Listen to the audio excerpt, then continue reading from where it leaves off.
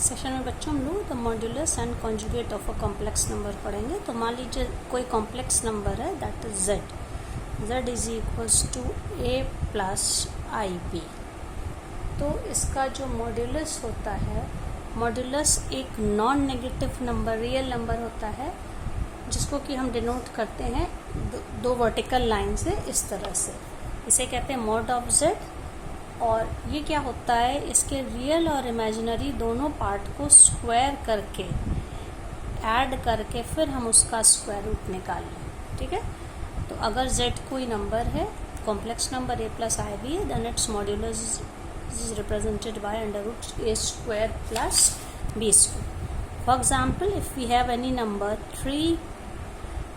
3 plus 4i, so its modulus will be square root of 3 square plus 4 square, that is under root 25, so 5.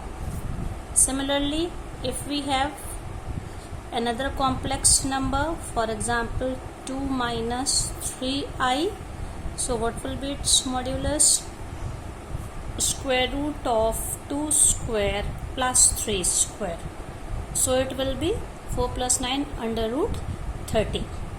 So we can say mod is always a real number and it is a non-negative real number. Now the second is conjugate. If z is any complex number, that is a plus ib, then its conjugate is denoted by z bar. आप difference देखिए, modulus में दो vertical line होती हैं, vertical bars होते हैं और इसके ऊपर एक डैश लगा देंगे z bar, and it is denoted by a minus ib. For example, if suppose z is equals to, I am taking the same number, that is 3 plus 4i. What will be conjugate of z? It will be 3 minus 4i. Similarly, when I take the number this one, if z is equals to 2 minus 3i, then conjugate of z will be 2 plus 3i. तो आपको difference समझ में आ गया। Modulus का मतलब रहता है a और b को स्क्वायर करके ऐड करना, रियल और इमेजिनरी पार्ट के स्क्वायर को ऐड करके स्क्वायर रूट करना, और कॉन्जुगेट में we only change the sign of the imaginary part. Then now we can find a relationship between modulus and conjugate of a number as we have done it earlier। बच्चों पहले भी हम कर चुके हैं। z इनवर्स जब भी हम निकालते थे, हमको अगर याद होगा z इनवर्स क्या था, 1/z and it was 1/a plus ib, जहाँ पे हमारा कोई एक नंबर है, z क्या है, a plus ib। तो z इनवर्स को इस तरह रिप्रेजेंट करते हैं जो मैं पिछले सेशंस में बता चुकी हूँ। और इसको हम लोग कैसे निकालते थे, इफ़ यू रिमेंबर कि हम लोग इन दोनों पार्ट को स्क्वायर करके रियल पार्ट से डिवाइड करते थे, इमेजिनरी पार्ट से डिवाइड करते थे, लेकिन साइन चेंज कर देते थे। तो ये क्या था, जैसे a प्लस आई बी अगर हमारा है तो z इनवर्स क्या था, a/a square plus b square minus, या प्लस लगा के i minus b upon a square plus b square, ये होता था हम लोगों का। तो इसमें अब अगर हम इसको आगे देखें, ये आप देखिए, हम लोग एलसीएम ले सकते हैं a square plus b square. ठीक है, ये एलसीएम ले लिया तो यहाँ पे और न्यूमरेटर क्या हो जाएगा, a minus i b, because plus minus is minus. तो अगर हमारा z what was basically z, यहाँ पे z था a plus i b. Okay, so let z is equals to, हम यहाँ पे लिख देते हैं a plus i b. So z inverse और 1/z was 1/a plus i B, और ये इतना आया। इस तरह से हम कह सकते हैं that z inverse is equals to a minus i b. क्या है, a प्लस आई बी का a माइनस आई बी, इसी को हम लोग कहते हैं कॉन्जुगेट। तो कॉन्जुगेट को हम लोग कैसे डिनोट करते थे, z बार और a square plus b square. आप देख सकते हैं a square plus b square का जो स्क्वायर रूट है ये मॉड्यूलस ऑफ z है। तो अगर हम इसको स्क्वायर दोनों तरफ कर दें, मतलब मॉड्यूलस का स्क्वायर क्या हो जाएगा, ए स्क्वायर प्लस बी स्क्वायर, तो हम कह सकते हैं मॉड्यूलस ऑफ जेड का स्क्वायर। तो ये जेड इनवर्स निकालने का एक दूसरा तरीका है कि किसी भी नंबर का मॉड्यूलस निकालें, उसका स्क्वायर करें और उसका कॉन्जुगेट निकाल के मॉड्यूलस से डिवाइड कर दें। इस तरह से भी हम निकाल सकते हैं और इससे हमें एक रिलेशनशिप भी मिलती है, ठीक है, क्योंकि z इनवर्स होता क्या है, 1/z is equals to conjugate of z upon mod of z the whole square. अब हम इसको क्रॉस मल्टीप्लाई अगर कर दें, इसको कर दें, इसको कर दें, तो हमें क्या मिल जाएगा, कोई भी कॉम्प्लेक्स नंबर और उसका conjugate, this product is always equal to mod of z the whole square. ये फार्मूला बच्चों अक्सर काम आता है, ओके। तो इस तरह से हम लोगों ने देखा इन्वर्स निकालने का एक तरीका जो मैंने पहले बताया था। दूसरा तरीका हम लोग क्या कर सकते हैं, किसी नंबर का कॉन्जुगेट लिखें और उसके मॉड के स्क्वायर से उसको डिवाइड कर दें। फिर एक तीसरा मेथड भी होता है बच्चों इन्वर्स निकालने का। जैसे मैं एक नंबर ले रही हूँ, for example I am taking the number 3 plus let any complex number z is equals to 3 + 4i। तो z इनवर्स या मॉड ऑफ z, जो सबसे पहला मेथड मैंने क्या बताया था कि हम इमेजिनरी और रियल पार्ट्स के स्क्वायर करें, उनको ऐड करें और उससे दोनों पार्ट को अलग अलग डिवाइड करें और इमेजिनरी पार्ट का साइन चेंज करें। तो 3² + 4² दैट इज 5², मतलब कि ये क्या हो जाएगा 25। तो 3/25 प्लस i इंटू -4/25, एक ये तरीका है। दूसरा अभी मैंने क्या फार्मूला बताया आपको, z inverse is conjugate of z divided by mod of z the whole square. तो कॉन्जुगेट क्या होगा, अगर 3 + 4i है तो इसका कॉन्जुगेट क्या होगा, इसका बस साइन चेंज हो जाएगा 3 - 4i, और इसका मॉड क्या होगा, मॉड ऑफ z का क्या मतलब है, √3² + 4², because mod of z is equals to √3² + 4², तो क्या हो जाएगा ये 5, ओके। तो हम लोग यहाँ पे इसकी वैल्यू, तो ये मॉड ऑफ z है 5, तो मॉड ऑफ z का स्क्वायर होगा 5² दैट इज 25।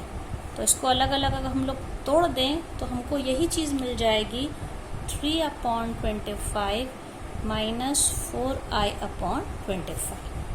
और एक तीसरा मेथड भी है बच्चों जो कभी कभी हम लोग यूज़ करेंगे अभी, जैसे z हमने क्या लिया है 3 + 4i, तो z इनवर्स का मतलब होता है 1/z दैट इज 1/3 + 4i।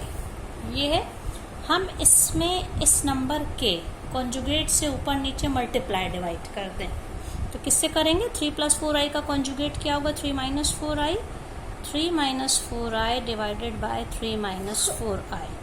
तो उससे हमें z इनवर्स क्या मिलेगा, अब देखिए a + b a - b, numerator we copy 1 into this number that is 3 - 4i, और ये क्या हो जाएगा 3² - 4i²। So 3 - 4i/3² that is 9, 4 into i². i² is what? -1. So -4 into -1 it will become +4. Okay? तो ये क्या हो जाएगा, sorry, a + b a - b से a² - b², this is 4² children, तो 4² is 16, ये 16 है। तो क्या हो जाएगा ये z inverse is 3 - 4i/9 + 16, so 3 - 4i/25, or we can say 3/25 - 4/25i। So in this way you can compare, तीनों तरीके में हम लोगों को सेम इनवर्स मिला। z इनवर्स निकालने में से हम लोग कोई भी मेथड इसमें से यूज़ कर सकते हैं। अब इसके बाद कुछ प्रॉपर्टीज़ हैं, कुछ रिजल्ट्स हमको मिले हैं इसमें जिनको कि हम आगे यूज़ करेंगे, हमारे काम आएंगे कॉन्जुगेट्स के लिए। इनको हम कोई भी सिंपल एग्जांपल लेके प्रूफ भी कर सकते हैं। For example, when we take the product of two conjugate number and find two complex numbers and find its conjugate, it means conjugate नहीं, sorry children, this is modulus। दो complex numbers को multiply करके फिर उनका हम mod निकालें, या अलग अलग नंबर्स का हम मॉड निकाल के फिर मल्टीप्लाई करें, हमें सेम आंसर मिलेगा। अभी हम इसमें से कुछ को हम प्रूफ करते हैं। First I am writing this results, okay. Second is, in the same way, z1 upon z2, mod of z1 upon z2 is mod of z1 upon mod of z2. Third property, conjugate of z1 z2 is equals to conjugate of z1 into conjugate of z2. Fourth property,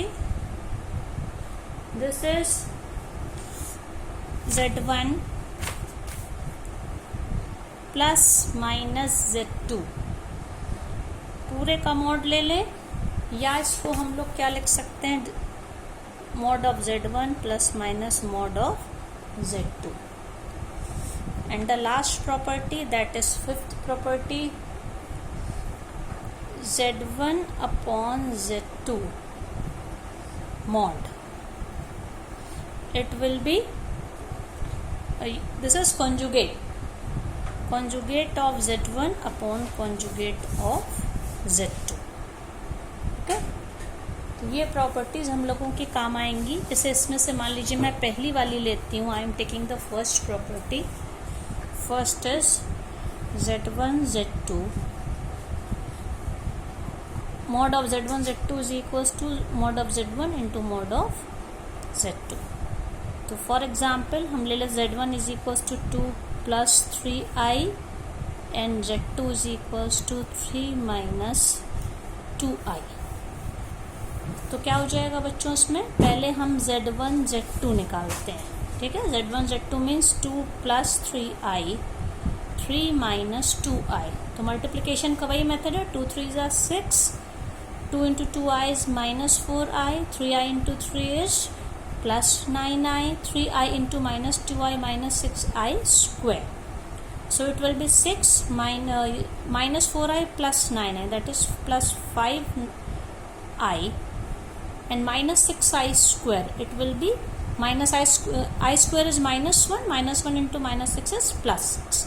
So overall value is 12 plus 5i, ठीक है। अब हम इसका z1 into z2 का अब हम modulus लेंगे, तो क्या हो जाएगा, mod of 12 plus 5i। What does it mean, square root of 12 square plus 5 square. तो ये क्या हो जाएगा, 12 square means 144 plus 25, that is under root 169, so it will be 30। ये LHS की वैल्यू आई। इसी तरह से अब हम लोग RHS लेंगे, मॉड ऑफ z1 या मॉड्यूलस ऑफ z1 निकालेंगे, it means mod of 2 plus 3i, so it will be under root 2 square plus 3 square. तो कितना हो गया ये, 4 प्लस 9 अंडर रूट 13। अब हम मॉड ऑफ z2 निकालेंगे, z2 was 3 minus 2i, so again square root of 3 square plus 2 square, it is 13। It means mod of z1 into mod of z2 is equals to square root of 13 into square root of 13, so it becomes 13. So we can say LHS is equals to RHS. In the same way we can prove other properties.